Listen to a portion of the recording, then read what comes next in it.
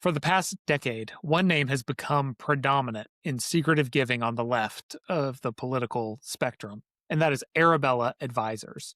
This is a name you may not never have heard of. It goes by a lot of different names, a lot of different entities. New Venture Fund, the Windward Fund, 1630 Fund, numerous others that we're going to talk about here today.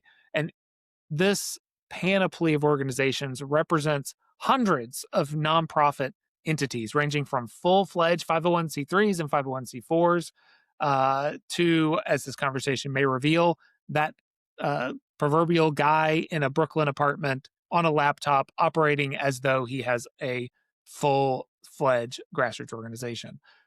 Billions of dollars have flowed into and out of these Arabella entities, all working to counter free markets and conservative ideas, opposing Republican candidates, and generally trying to advance progressive ideology across many sectors. And despite its influence, it's still pretty secretive.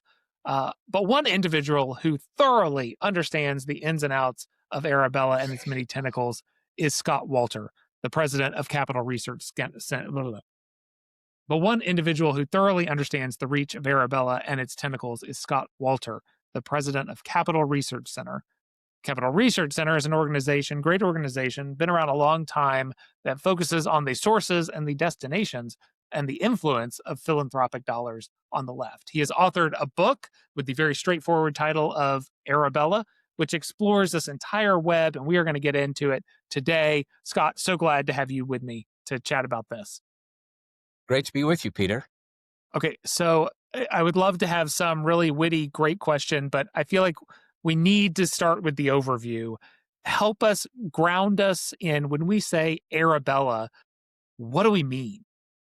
Okay, with the caveat that just a few weeks ago, they reorganized and rebranded. So we'll get to that. Right. We'll get to that. We'll get to that. But I will give you classic Arabella, old school Arabella, okay, which has been around since 2005. The easiest way to think of it is as a pyramid, okay? At the top of that pyramid is Arabella Advisors. That is a for-profit consulting company, PR company, Beltway Bandit, we call them in DC, right? It creates and manages everything below it in the pyramid. Now, in the mid-level of the pyramid, you have half a dozen nonprofits of different legal types. And that's where the money comes in, right? If you are the Ford Foundation or Zuckerberg or Soros, you write a check to those nonprofits in the middle level. And then at the base of the pyramid, you have what your viewers see. Hundreds and hundreds of fake groups active in basically every issue area in American politics, and all with wonderful names like, Keep Iowa Healthy and Secure Michigan Elections. Well, that is a central part of this scam. They want you to think that a bunch of your fellow Iowans got upset about something and got together and are, buying this they bought the Facebook ad you're seeing right now. But in fact, of course, the guy who created Keep Iowans Healthy for Arabella, the website and the digital ads, probably never met an Iowan, and he's just sitting at a desk in D.C. concocting a little website and logo to try to influence Iowa politics. I'm impressed at how succinct you kept that, considering all the different ways we can go. And, let's talk about that middle layer for a second. I want to come back to Arabella Advisors, but that middle layer was 5, now 7, I think, different entities, mix of 501c3s, which are, of course, are charitable organizations, 501c4s, which are social impact organizations, and they do crazy stuff. And, so one of the original ones was New Venture Fund. I want to go back to the origins of this. Your book very nicely lays out, there were kind of 2 missions at the beginning. One, to kind of test I'm assuming, to kind of just test the whole model and see if it worked. And one of those you outline here about the ATV trails, et cetera. Let's not go into that one. Let's go into the slightly more interesting one that you don't cover much, which is, and I remember when this happened, there was an effort to get evangelical preachers across the country to, from the pulpit, give these sermons talking about the Green New Deal before it was Green New Deal, right? The whole environmental movement from a Christian perspective. Uh, Talk to us about that. And I'm curious, particularly as a initial venture of all of this, did it have an impact, and what did they learn from that? Well, you're right, folks, on the environmentalist aspect of this, because that's still, according to Arabella itself, is about a third of everything that they do. And those half dozen nonprofits have been for this decade. Every year they take in about 1.5 billion in revenue in those nonprofits. So one third of that's a lot. Now, the founder of all this was a guy named Eric Kessler, and his passion is environmentalism. In fact, he was radicalized as an undergraduate, which almost everybody who's serious left was radicalized in high school or college. In his case, he listened to this nutty enviro guru who nonetheless was very powerful and important. He'd run the Sierra Club for years, and it, in fact, politicized it so much it lost its tax exemption. This was back in the 50s and 60s when you still could lose a tax exemption for being politicized. He goes on to create League of Conservation Voters, Friends of the Earth, etc. He was a real nut job. We can talk about him later if you like. But that radicalized young Eric Kessler, who hitchhikes all the way from Colorado to San Francisco to work with the guy.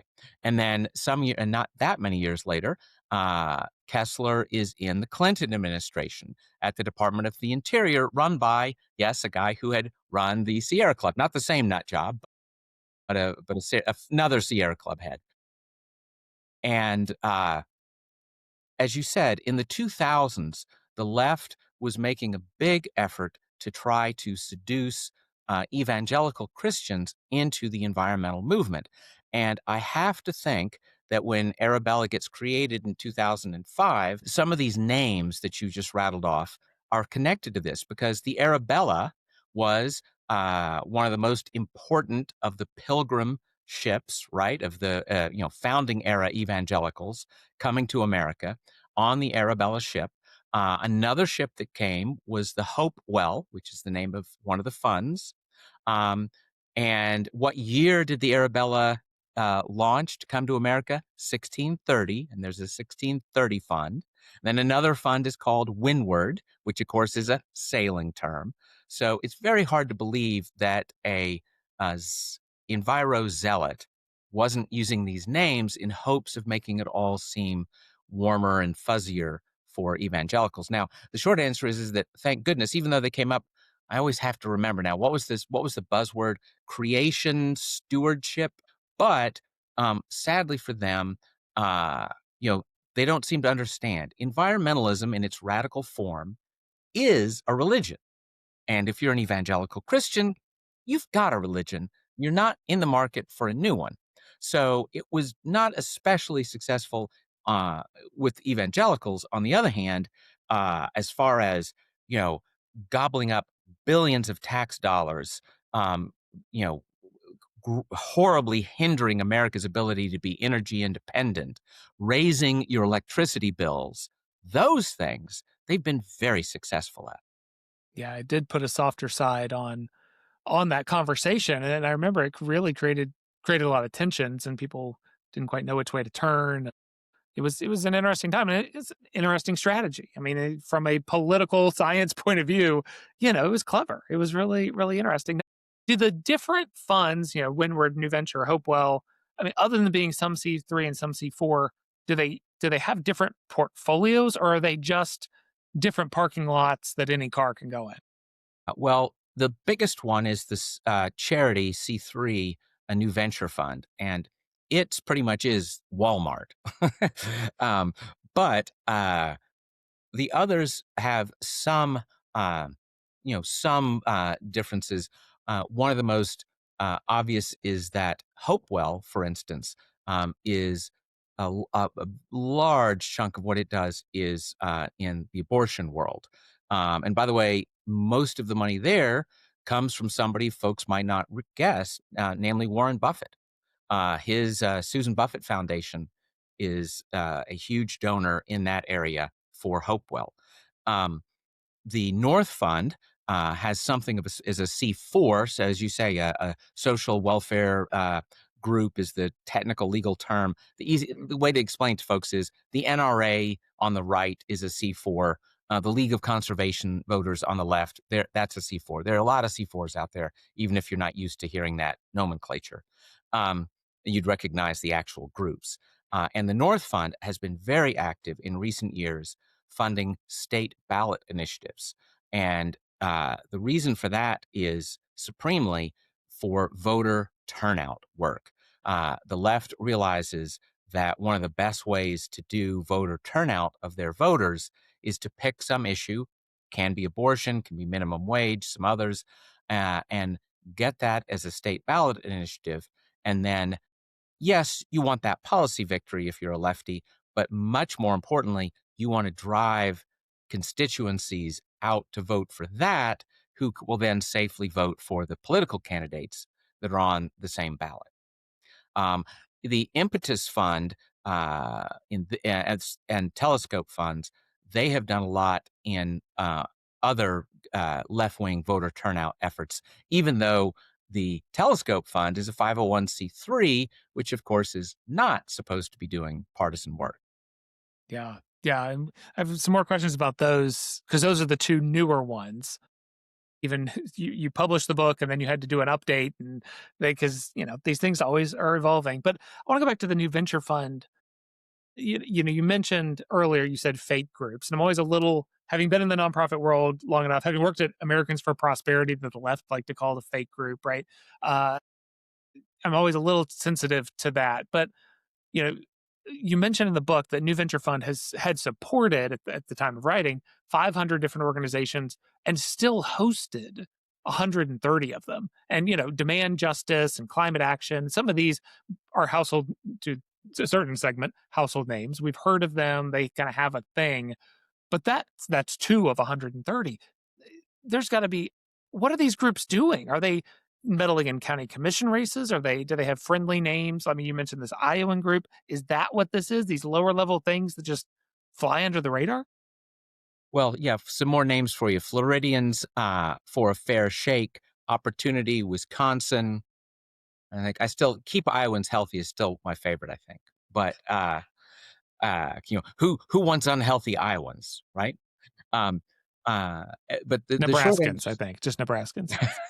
well, actually, there's an argument. There's an argument. You're right. You're right. I stand corrected. The so the groups do vary some in the sense that some might have larger constituencies than others, but there are just there are few, if any, things like Turning Point USA, which has thousands and thousands of college kids, and or even League of Conservation Voters, which or the Sierra Club, which have a lot of members. Um, there are not many of those hundreds of Arabella entities where you've got thousands of actual Americans uh, doing or caring about anything. Yeah. Yeah. I mean, it's one of these things that really get my hackles up because the left likes to point to groups like AFP or even even groups like NRA, right? And just call them astroturf groups. And you're right. They've been built systematically over years and have lots of members. But these are real astroturf groups that don't have backing, don't they? Are the guy in Brooklyn. Have you found the guy in Brooklyn in the apartment? Like, do you know his name? Have you figured that out yet? Oh yeah, one of my favorites on this is a thing called Fix, because you mentioned Demand Justice earlier, which is one of the top groups fighting all conservative judicial nominations. But there's another group as well that Arabella helped give birth to, called Fix the Court, which really is one guy in a Brooklyn apartment. And yet, he gets cited by the New York Times and Washington Post editorial pages. He's testified in Congress. The New York Times has let him have published op-eds by him. And folks make it sound like, you would think that there's just thousands, maybe millions of Americans who want to fix the court, just hate Clarence Thomas and horrified at the ethics of the Supreme Court. And it's one guy in Brooklyn. And by the way, one guy in Brooklyn whose whole point is that all that there needs to be so much more transparency at the Supreme Court. And yet, you know what? He filed a little postcard IRS filing as a nonprofit because he eventually spun out of Arabella independent. Um, and his first year, he files a little postcard IRS filing, which you can only do if you get less than $100,000. Sorry, less than $50,000 50, yeah. in revenues. And yet, we were puzzled by that because you know what? We found two grants uh, of more than $100,000 in that same year. So we had that to a reporter who called him up, and the guy panics and freaks out and says, "I'm going to refile. I'm going to refile. I'll send you the new ones." Right? And then he refiles and sends it to the and sends his new filings to that reporter. But then he calls the reporter back up. He's horrified. Oh my God, I didn't redact the names of the donors off of my filing. Oh my God, please don't publish those. Now, again, this is a guy obsessed with dark money controlling the court. There has to be donor disclosure everywhere. And yet, he's desperately trying not to disclose his donors after filing a wildly false form, right? Which, by the way, that's actually a felony. That's felony perjury to file a federal form that's untrue and put your name on it. And then, by the way, there's one more chapter of that. After those got filed, we looked at those and we said, well, it doesn't say that this group did any lobbying, even though there's an entire page on the website filled with little campaigns of, tell your congressman to do this, tell your congressman to do that, which is textbook lobbying, right? Right. So, you can't make it up. That's our guy in Brooklyn. Okay, so let me push back then a little bit because if Arabella Advisors is so great, if it is this nexus, this central hub, there's got to be somebody on the second floor whose job it is to just make sure everybody's tax filings is right, right? Like, why? How does this guy screw up that much when you have what are they paying all these management fees to Arabella Advisors for if there's nobody to just handle that for him? Well, my short answer is being left means never having to say you're sorry. Because I can tell you that uh, amazing stuff happens. They're in the middle of a huge lawsuit with a black woman who's suing them both for racial discrimination against her, but also for retaliating against her and firing her after she went to her bosses saying, I don't think you're following the tax laws here. And I'll give you her allegation. The gist of it is simple. There was a 501c4 political nonprofit outside the Arabella network that apparently was being controlled by the New Venture Fund, which of course is a 501c3 charity. And a 501c3 charity cannot be controlling a C4. It can have friendly relations and sometimes it can give money to, but it can't just control a C4. So that's pretty amazing stuff. We'll see how that lawsuit grinds out. So talk to us about these fees. I mean, you have a great chart in the book that shows just how much money flows back, presumably in management fees from Hopewell and North and New Venture and all of these back to Arabella. I mean, it's $50 to $60 million a year. I don't know. I mean, that could be big, that could be small, right? It sounds like a big number, but maybe there's 1,000 people at Arabella Advisors, and you have to pay them all and keep the lights on, et cetera. So is that a lot of money? And what I mean, it seems like somebody's making a profit off of all of this social impact, ostensible social impact. Sure. Well, there is, as you say, there's a chart in the book, and as far as the revised edition, the paperback edition is what I'd urge folks to go buy because has the all the updates. Um, and you're right. In recent years, it's been 50 to 60 million in management fees paid by its own in-house nonprofits to Arabella, and the chart there goes all the way back to 2005, and it basically runs at about a 45-degree angle because as recently as 2019, the number was more like 35 million. So these are definitely they may be doing horrible harm to the capitalist system, but they themselves are pretty impressive capitalists. And it's very clear if you study the history just how passionately they're trying to drive those revenues up, like good capitalists. Um, but let's put it this way: I am not aware of any other philanthropic consulting firm that is consistently turning 50, 60 million a year in revenue. Right. No. Yeah, the few that I know that are, yeah, maybe in this vein on the left and the right, nowhere in the ballpark of that. How many people work at Arabella Advisors?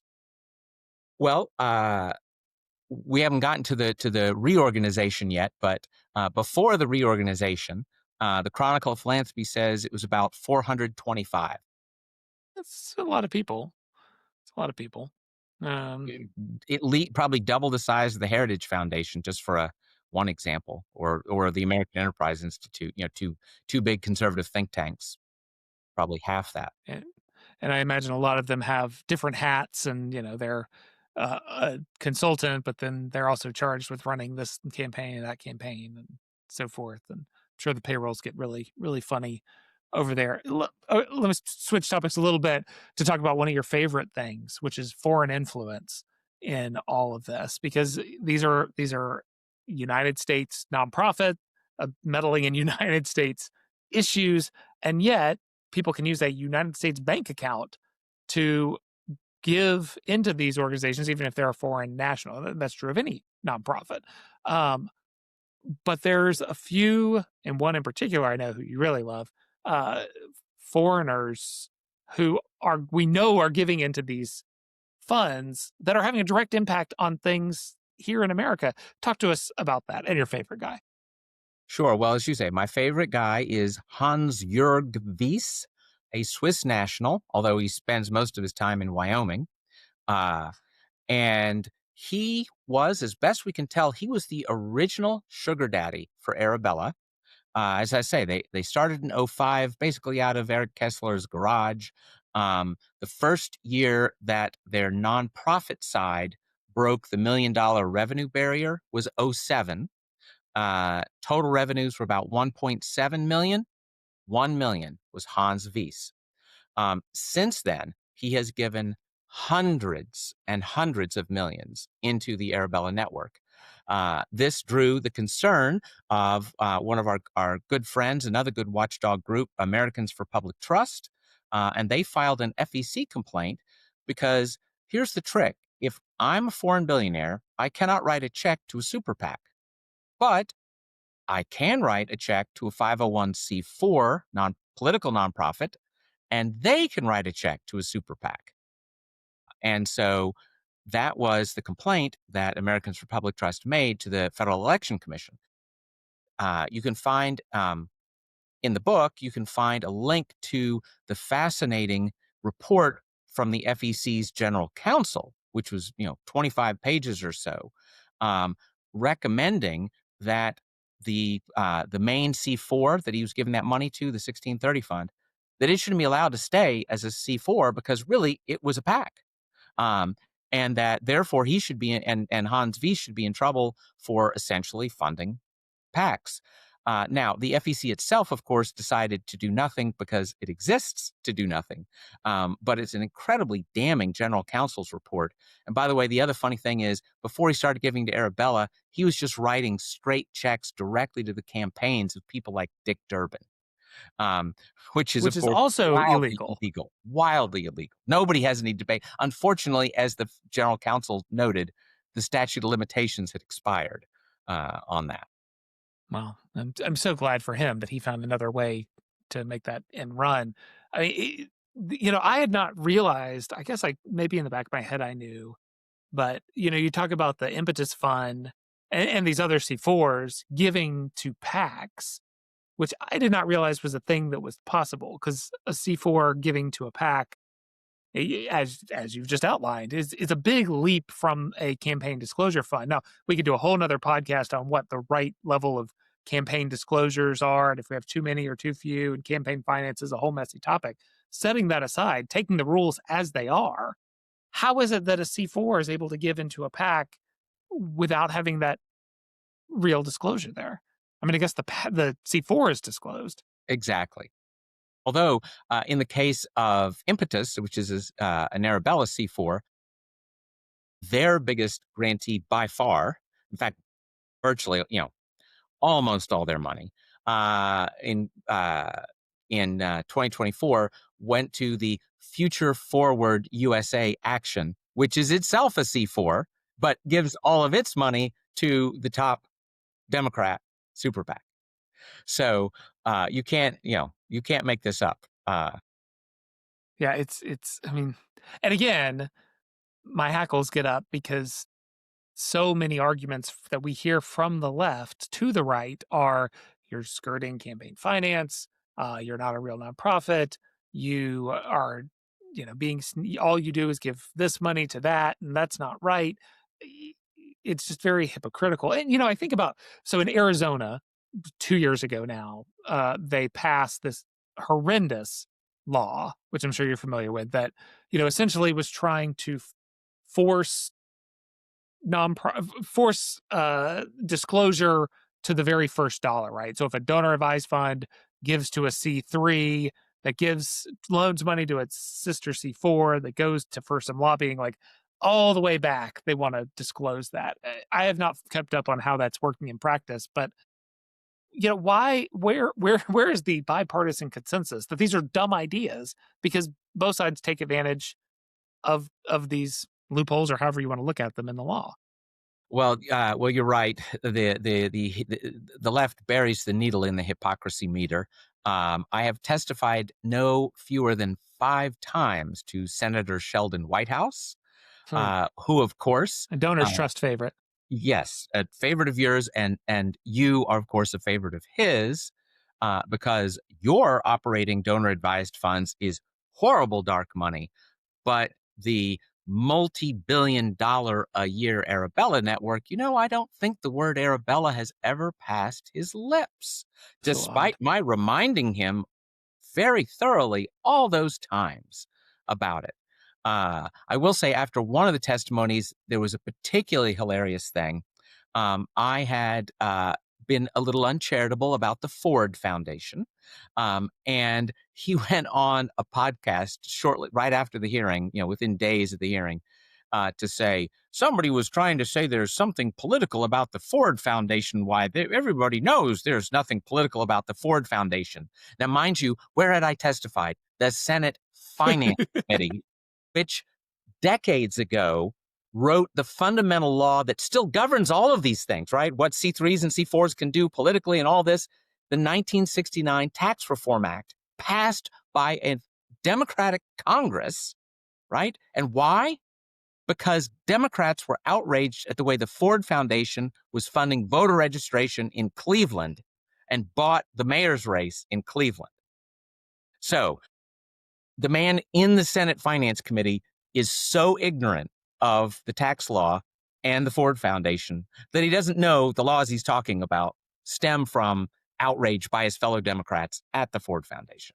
Yeah, there's no requirement to know your history, and certainly no requirement that you remember it when you get to the Senate floor. Okay, I want to get to the reorg in just a second, but you did note the Telescope fund, and I believe some of the others, right, actually have donor advised funds as a part of this, right? Talk to us about that. Obviously, coming from Donors Trust, we're very interested in that angle on it. What is the kind of scope of the donor advised fund operation there? And, in particular, I'm curious, at Donors Trust, we don't allow grants to organizations that take a lot of government money or work to grow government. National Christian Foundation hones its money towards evangelicals. What kind of rules are in place for those who have a donor advised fund at Arabella? Well, it's a little puzzling because if you look at the application to the IRS to be a C3 tax exempt charity by the Telescope Fund, they claimed that they were going to be getting hundreds of millions of dollars a year within 2 or 3 years of being set up in 2021. And they said that donor advised funds were going to be a big part of this. And I imagine that the short answer to me of why they would start this is, as you well know, It's wonderful to see Donors Trust growing. The biggest charity in America is the Fidelity Charitable Gift Fund, which is also donor advised funds. I mean, this is a gigantic growth sector in the philanthropy world. So Arabella are not dumb. They should be getting in on that business, right? So make total sense to set this thing up for that. But what's strange is um, if you look at the revenue stream, so it starts in 2021. In 2022, they take in about $30 million. Then in 23, the next year, they take in about $70 million. But in this past year, they only took $5.5 million in. So it's hard to know what's going on, but it isn't catching on, or they were just lying about that was going to be one of the things it wanted to do. So if you do those numbers right, so 30 plus 70, it's taken in a little over $100 million, and its current assets are $28 million. So it did give a fair amount away those last 3 years, but it's certainly not. Your boss wouldn't be happy if his revenues had dropped like from 70 to 5. I mean, he's a forgiving man, but Yeah, but you not probably that. do New Venture Fund or any of these others, do they have donor advised funds, No. or was Telescope really created for that purpose? Yeah, no. Telescope was the one that supposedly was going to do big business in that, but may or may not, in fact, may or may not be panning out. We're finding what we're finding, and it's a more competitive landscape in the donor advised fund world, and that's really interesting. Okay, By the way, we've Fidelity teased. Charitable is one of the biggest donors into the Arabella network, needless to say. I'm sure. No scruples about that. Donors Trust is not a donor into the Arabella network. If anybody has any confusion about that. Okay, we've teased this rebrand, this Sunflower. As so much on the left, it has changed its pronouns, it's changed its name. It is now Sunflower Services. What the heck's going on there? So here's what happened with the reorg just a few weeks ago, and we don't know a whole lot about this. We only know parts, but the gist of it is that I said there are about 425 Arabella employees, according to the Chronicle of Philanthropy, before the reorg. About 250 went to an entirely new entity called Sunflower Services. A lovely lefty name, right? Arabella might be a little scary sounding. Sunflower wouldn't scare a 5-year-old. So, and what supposedly the Sunflower Services and new entity did is purchased the fiscal sponsorship business of Arabella. So that is operating the hundreds of groups for nonprofits. Now, in a further twist, this new entity, Sunflower Services, is at least majority owned by the three biggest C3 charities at Arabella's old empire. So New Venture, Hopewell, and Windward funds control a for-profit business that is going to be operating fiscally sponsored projects like Floridians for a Fair Shake. Now, that leaves us with about 175 employees at old school Arabella. And in that case, they just changed the name to Vital Impact, which again is less scary sounding. And apparently it is mainly going to be philanthropic advising, or so it claims. And so that is really strange because you have, it is technically possible for a charity to have a for-profit subsidiary. There are a lot of rules around that, but it's possible. I mean, National Review is owned by National Review Institute. I think Reason Magazine is owned by Reason Foundation. So it certainly happens. It is permitted with a lot of rules, but the things at the same time, Sunflower Services is apparently, well, the one old Arabella C4 political nonprofit that we know Sunflower is going to operate is the 1630 Fund, which is the biggest of the old C4s. So you're going to have C3s owning a business that runs a hyper political C4 that's going to keep giving millions to PACs and ballot initiatives. And so it's quite an interesting thing. Plus, The other thing that's in the paperback version of my book is that we learned that a few years ago, Arabella, the controlling interest in Arabella, not 100% of it, but the controlling interest of the stock of the for-profit Arabella Advisors was purchased by a billionaire's family office, the Steens family, a banking family uh, from Chicago, where, by the way, classic thing, Daddy, the patriarch who made the money, rock-ribbed Republican conservative, but the next generation, not like that, which is, I know, why Donors Trust was literally created, to try to save people from having the family money go to future generations who would use it for left-wing causes. Right. Billionaire or not, it can happen. And that's good to know. I'm always in search of more stories that illustrate that point. So the we'll have to add that family into that. So okay, let's kind of close with this to a certain extent. So this is all fascinating. It's all great. One could look at it and be like, all right, that's great, but it's a little gossipy. Like, okay, we're looking at all the movement and fun. Isn't that fun? That's what the left does to us. Isn't that great? Make the case for us why this really matters.